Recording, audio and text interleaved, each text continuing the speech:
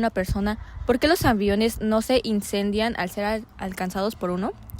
Cuando escuchamos que un avión puede recibir un rayo, parece súper peligroso, pero en realidad no pasa nada grave.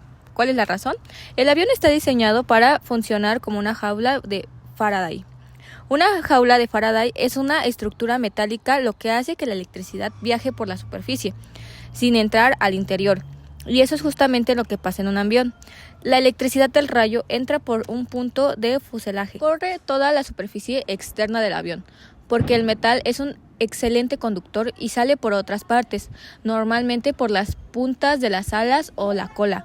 Es como si el avión guiara la electricidad alrededor de sí mismo, sin que ésta toque los sistemas internos donde están los pasajeros y los controles. Además, los aviones tienen disipadores de carga, que son como pequeñas puntas metálicas que permiten liberar electricidad acumulada para evitar problemas. Entonces, aunque un rayo es muy poderoso, el diseño del avión lo distribuye y lo saca sin dañarse. Por eso los aviones pueden recibir rayos todo el tiempo sin quemarse ni dejar de funcionar. Siguiente pregunta. ¿Cómo se acumulan electrones al caminar sobre una alfombra y tocar un picaporte? ¿Por qué se descarga más rápido con metal que con madera? Ahora vamos con una situación que a todos nos ha pasado. Vas caminando y tocas un pisaportes y te da un toque. Eso también tiene una explicación muy simple con electricidad estática. Cuando caminas sobre una alfombra, tus zapatos y la alfombra se frotan y ese contacto genera acumulación de carga eléctrica en tu cuerpo. Es la idea de que el suéter, pero ahora pasa por la fricción entre tus pasos y el piso. ¿Qué sucede después? Cuando tocas un metal como el picaporte ocurre la descarga inmediata, porque el metal es un excelente conductor. Entonces toda la carga que traías acumulada se libera de golpe en una pequeña chispa.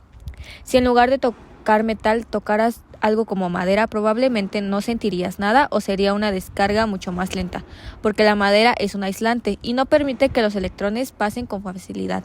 Otra cosa que influye es el ambiente. Si el aire está seco, la electricidad se acumula más. Si está húmedo, pasa menos. Así que ese toque que sientes no es peligroso, simplemente es tu cuerpo equilibrando cargas a través de un material conductor. Siguiente pregunta. Tu celular dice carga rápida 20 watts y usa corriente directa. ¿Por qué el cargador es grande? ¿Qué transforma la corriente alterna en directa? Seguramente has visto que algunos cargadores, como los de las laptops, consolas o ciertos aparatos son muy grandes, mientras que los de los celulares son más pequeños. La razón es que estos cargadores grandes no solo pasan energía, sino que realizan varias transformaciones internas. Dentro de un cargador grande hay 3 componentes súper importantes. Un transformador. Su función es bajar el voltaje de la corriente que viene de la casa. Normalmente es 127 watts a un voltaje mucho más bajo y seguro. Un rectificador convierte esa corriente alterna en corriente directa. Esto es necesario porque la mayoría de aparatos electrónicos funcionan en DC. 3. Un regulador asegura de que el voltaje y la corriente sean estables y no dañen el dispositivo.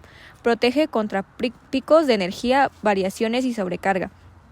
Todo eso está dentro de esa cajita pesada del cargador, por eso no puede ser pequeño. Necesita más espacios para esos componentes y para disipar calor. Entonces, la razón por la que es un cargador grande pesa tanto es porque está trabajando duro para transformar la electricidad de la pared en energía adecuada y segura para tus dispositivos.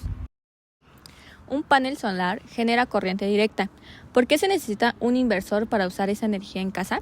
Los paneles solares generan electricidad en forma de corriente directa o DC, igual que una pila, pero en las casas todo funciona con corriente alterna o AC a 127 voltios. Por eso se necesita un inversor. Este aparato convierte energía DC del panel en energía AC, compatible con toda la instalación eléctrica del hogar.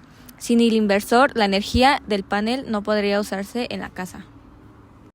¿Qué pasa si conectas una batería de auto directamente a un foco de casa? Se funde, no prende o explota. Si yo agarro una batería de 12 volts en corriente directa y la conecto a un foco que está hecho para 127 volts en corriente alterna, el foco no va a prender para nada. ¿Por qué? Primero, porque 12 volts es súper poquito para lo que ese foco necesita. Es como querer encender una estufa con una pila AA. Simplemente no alcanza. Y segundo, el foco está hecho para trabajar con AC, que es corriente que cambia de dirección muchas veces por segundo. Una batería DC, que es corriente que solo va en una dirección. Entonces, aunque sí hay energía, no es la energía que el foco necesita, ni en cantidad ni en tipo. Por eso, no se enciende ni hace nada. Siguiente pregunta. Si un cable grueso tiene menos resistencia que uno delgado, ¿por qué los cargadores de laptop tienen cables tan finos? Los cables de las laptops casi siempre son delgaditos y no es porque sean frágiles o baratos, sino por cómo funciona la energía que necesitan. Las laptops no jalan tanta corriente. Por ejemplo, un microondas o una plancha. Entonces, como la corriente que pasa por el cable es bajita, no se necesita un cable súper grueso. Además, esos cables tienen un buen aislamiento. Por eso, aunque sean delgados, siguen siendo seguros y no se calientan tanto. Los cargadores convierten la corriente de la pared a algo mucho más bajo y estable, como 19 voltios DC, así que el cable solo transporta esa energía ya regulada. Por eso se ven flaquitos, pero están hechos exactamente para manejar la cantidad de corriente que la lap necesita, sin calentarse ni causar peligro.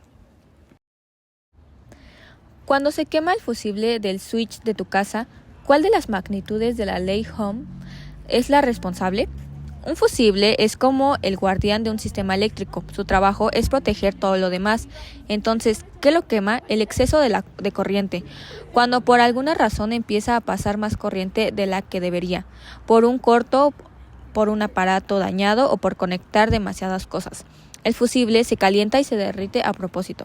Al quemarse se abre el circuito y detiene toda la electricidad para evitar que algo más grave pase, como que se quemen los cables, un aparato o incluso provocar un incendio. O sea, el fusible se sacrifica para que nada más se dañe. Por eso decimos que se funde cuando solo hay un fallo. Es normal y es parte de su función. Si un tramo de luces navideñas se apaga cuando una bombilla se funde, estas conectadas en series o en paralelo. A continuación, respuesta. Las luces navideñas tradicionales, las de antes o las más baratas, normalmente están conectadas con serie. ¿Qué significa esto? Que todos los foquitos están como en una fila, una tras otra, o se afloja. El circuito se abre y todas las luces se apagan. Es como si una cadena se rompiera en un eslabón, ya no pasa nada hacia adelante. Las luces más modernas ya usan conexiones en paralelo. Para las clásicas, las que todos conocemos, funcionan en serie. Por eso cuando falla una se apaga toda la tira y tiene que buscar el foquito malo. ¿Por qué un choque eléctrico de 12 voltios, batería de auto, no lastima, pero una de 127 voltios, enchufe de... ¿Por qué un choque eléctrico de 12 voltios batería de auto no lastima, pero uno de 127 voltios enchufe de casa puede ser letal?